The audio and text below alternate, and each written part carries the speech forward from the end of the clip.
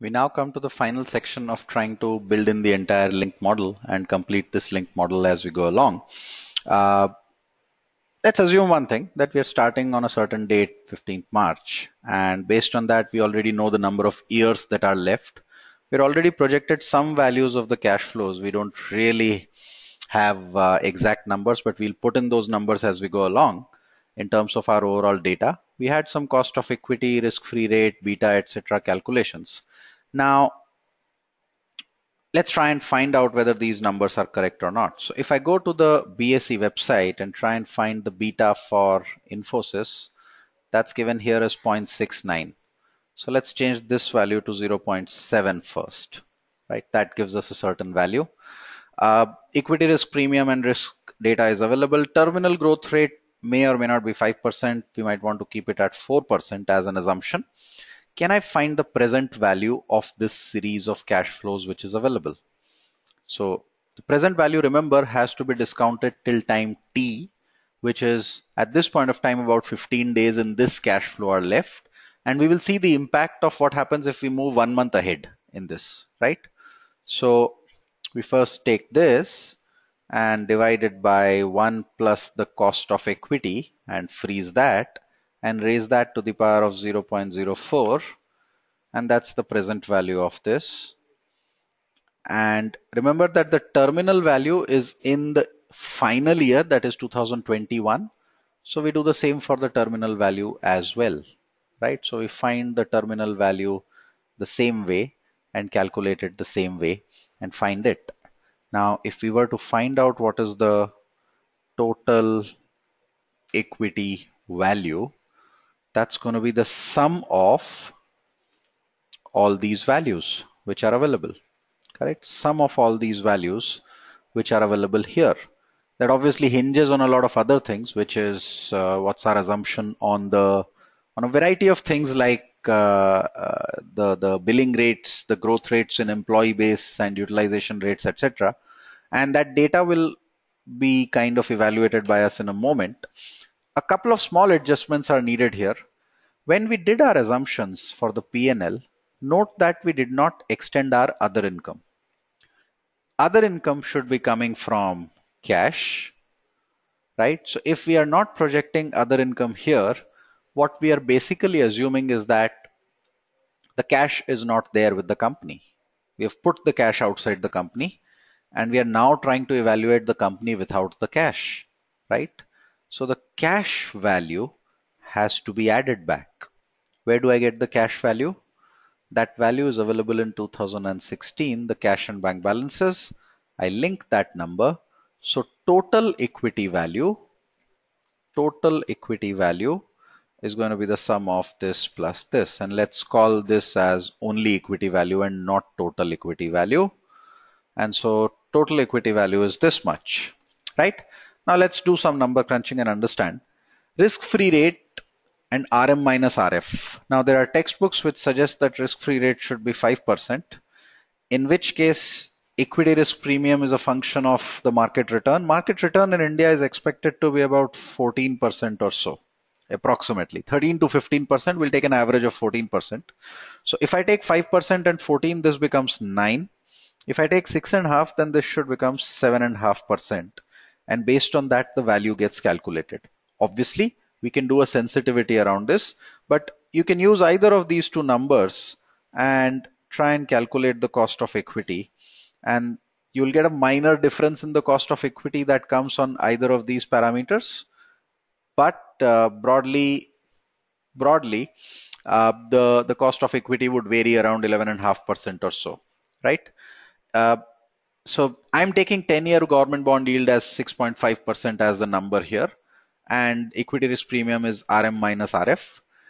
If you want to adjust the 10-year government bond yield to arrive at an exact technically correct number, because 10-year government bond yield in India, the 10-year government bond in India is not rated AAA.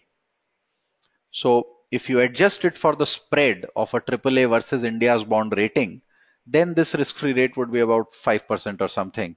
And that logically, given that the market return is 14%, 14 minus 5 would work out to 9. So it probably will hover somewhere around this. But for simplicity, I'm just keeping it at here. and that's the total equity value. Now, how do I know whether my assumptions are correct or not? So for that, we go to the P&L and we look at what's happening broadly with the operating margins of the company, right? So in 2018, we see a sudden spike in operating margin. We need to figure out what's happening in the assumptions that's causing that in 2018, right? So the number of employees goes up, utilization rate goes up. We assume the rupee rate is at 67. If I change it to 67 and I keep growth in billing rates consistent after this, then let's look at what happens to the P&L in terms of margins. The P&L margins kind of stabilize around 22%. What might actually happen is, rather than the billing rate growing at this pace, billing rate might grow at probably 2% per annum going ahead. What might really happen is the fact that utilization rates might improve. So from 75, this might just keep increasing by probably a percentage point every year. So that goes to 76 and then 77, 78, and probably stabilize around 79% or 80%, somewhere around that in steady state. What does that do to our P&L? Let's look at the margins. Margins go down marginally, but stabilize around 20, 21% or so, approximately. That's the broader dimension of what we get here. We could argue that possibly, given that Infy is a large company, they will not allow their margins to go down so dramatically.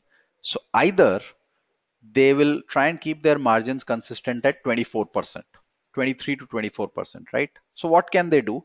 Either you increase the billing rate in proportion with the salary growth, which we have assumed to be 5% here, or maybe the salary growth actually becomes slightly smaller such that the value, the margins remain kind of consistent. So if I look at the operating margins now, they kind of stabilize around 24, 23%. That makes more sense in terms of the numbers that we see, profitability wise, numbers wise, right?